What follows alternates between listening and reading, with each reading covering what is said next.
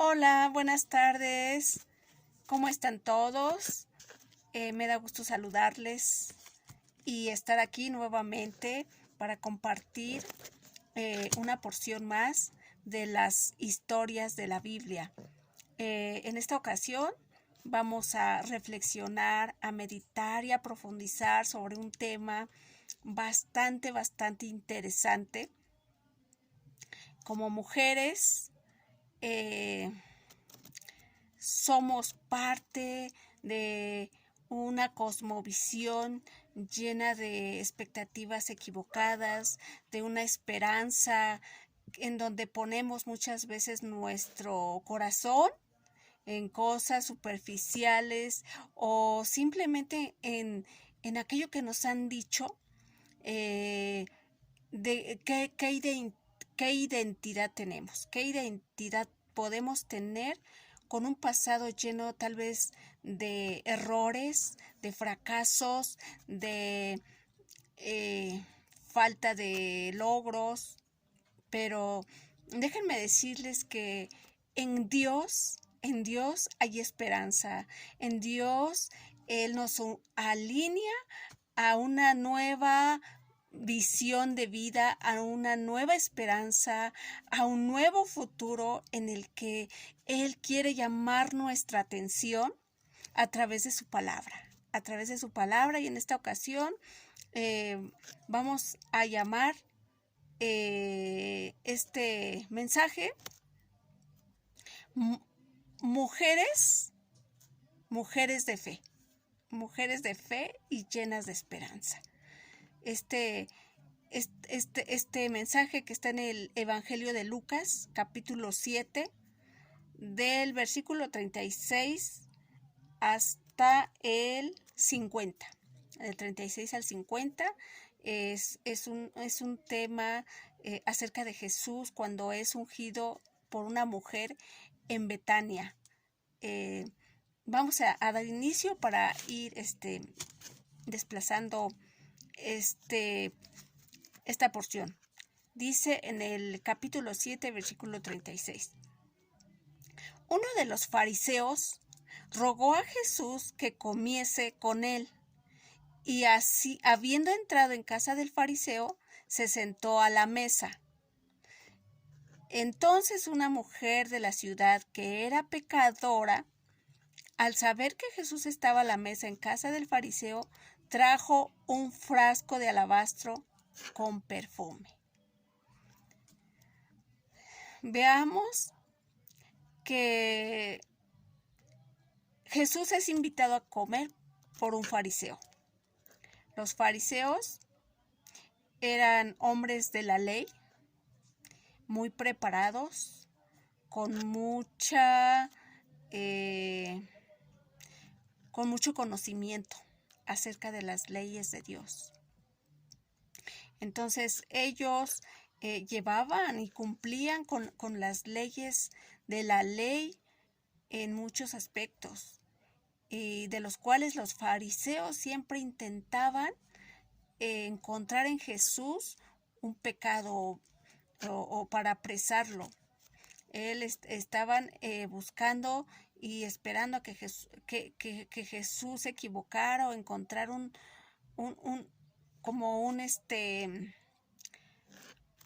pues un detalle de pecado para juzgarlo.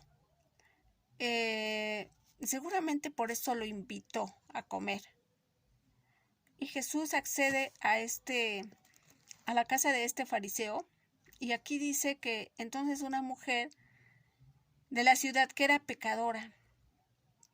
En alguno otro evangelio dice que era prostituta. Se cree que esta mujer era prostituta por el hecho de que era abandonada por el esposo, y ella buscaba los medios para alimentar a sus hijos. Entonces aquí dice que al saber que Jesús estaba a la mesa en casa del fariseo, trajo un frasco de alabastro con perfume. El alabastro era un perfume de gran precio, se dice que el costo de este perfume era reunido en aproximadamente un año de trabajo. Este perfume era caro, era carísimo, y seguramente esta mujer lo había reunido con, obviamente, ese trabajo que ella llevaba a cabo, ese trabajo de pecado. Sin embargo, vamos a leer el versículo 38, dice: y estando detrás de él a sus pies, llorando, comenzó a regar con lágrimas sus pies, y los enjugaba con sus cabellos, y besaba sus pies, y los ungía con el perfume. Aquí se refiere a Jesús, a que ella dice que estando detrás de él a sus pies, llorando. Imagínense. Jesús en esa época las mesas eran de baja estatura, y para comer se arrodillaban frente a la mesa de tal manera que los pies quedaban hacia afuera. Es por eso que esta mujer tiene la facilidad de enjugar los pies aquí dice que comenzó a regar con lágrimas sus pies, y los enjugaba con sus cabellos, y besaba sus pies, y los ungía con el perfume. Luego el 39. Cuando vio esto el fariseo que le había convidado, dijo para sí: si fuera profeta, conocería quién y qué clase de mujer es la que le toca, que es pecadora. Entonces, en el 40, entonces respondiendo Jesús le dijo: Simón, una cosa tengo que decirte. Y él le dijo: di, maestro. Un acreedor tenía 2 deudores. El uno le debía 500 denarios y el otro 50. Y no teniendo ellos con qué pagar, perdonó a ambos. Di pues cuál de ellos le amará más.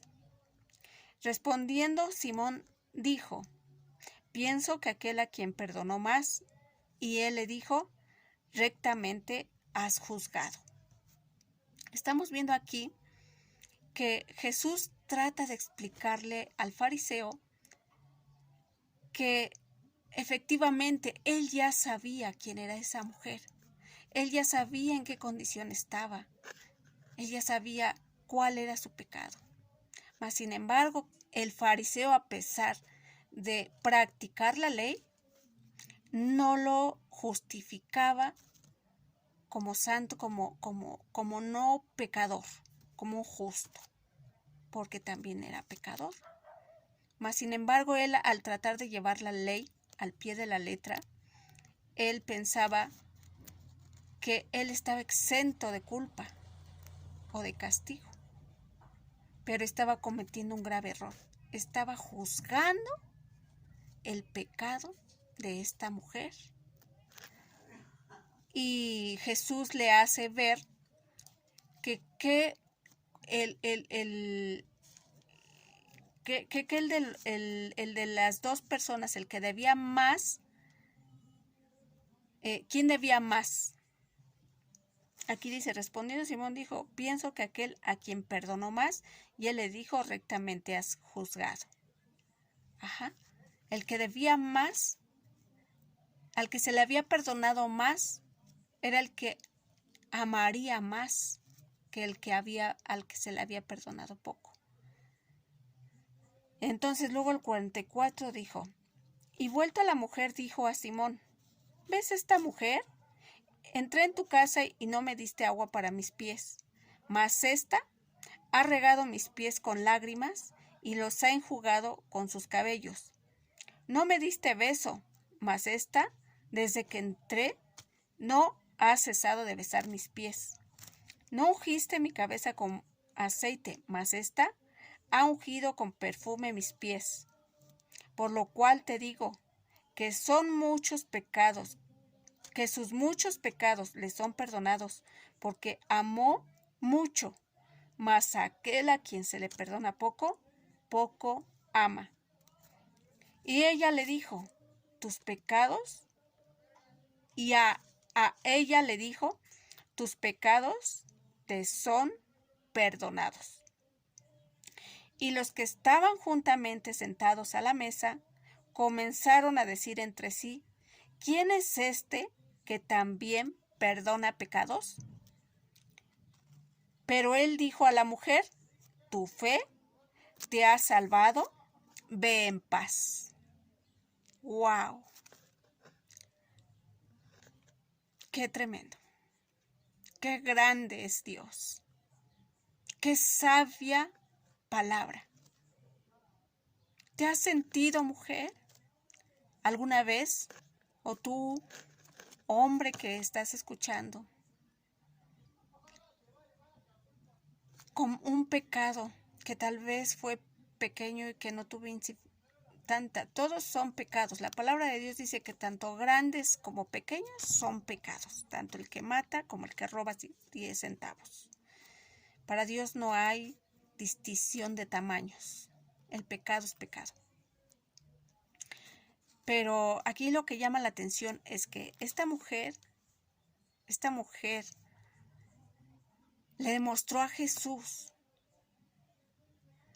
que estaba consciente de su condición, de esa condición que seguramente ella estaba cansada, de que ya le pesaba, ya le dolía, ya no la dejaba dormir, ya no encontraba un propósito en su vida, se sentía condenada totalmente. ¿Y cuál es la actitud que ella tiene cuando se entera de que Jesús está con un hombre de la ley? No temió a ser criticada, no temió a ser juzgada, porque sabía que el que perdonaba pecados estaba cerca de ella. Entonces ella no perdió la oportunidad de acercarse a él, hubiera quien hubiera. A ella lo que anhelaba para su vida era ser libre de ese pecado, porque seguramente ella ya había escuchado el rumor o los al pueblo, o tal vez ella escuchó que Jesús estaba en la casa del fariseo. Y ella no dudó en ir y tomar lo que para ella tenía un valor de gran precio. Un valor, el perfume que había reunido en un año de trabajo. En un año. Ese amor, esa fe que la movió a ir y acercarse al que perdonaba pecados. La movió la fe en que sabía que Jesús la perdonaría, que estaba el que había venido a salvar al mundo, al que había dicho: no he venido a los sanos, sino a los enfermos. Ella no dudó y no le importó gastar en instantes eso que le había costado un año de trabajo o reunirlo. Entonces yo te quiero invitar. A veces hoy espiritualmente, si te han invitado a una reunión evangelística, si te han invitado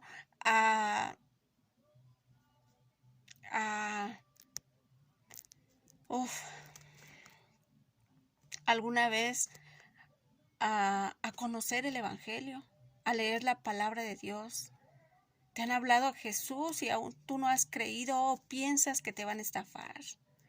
Piensas, porque se habla mucho de que piden diezmos, de que las iglesias piden ofrendas, de que si tú vas con una persona que da estudios bíblicos en su casa, seguramente te va a pedir que para la próxima vez lleves o cooperes, no es así.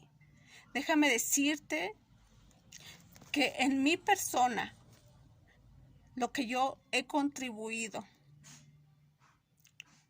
a la congregación, nunca se me ha obligado a dar nada. Nunca se me ha obligado. Yo lo entendí en mi corazón y lo he hecho por amor a Cristo, por lo que Él hizo en la cruz del Calvario. Y aún así, con lo que yo pudiera dar, ni siquiera mi vida entera podría comprar mi vida eterna. La salvación, ni siquiera, nada puede comprar lo que Cristo hace por nosotros.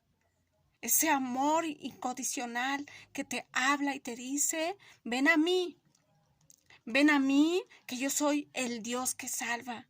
Yo soy el Dios que perdona incondicionalmente.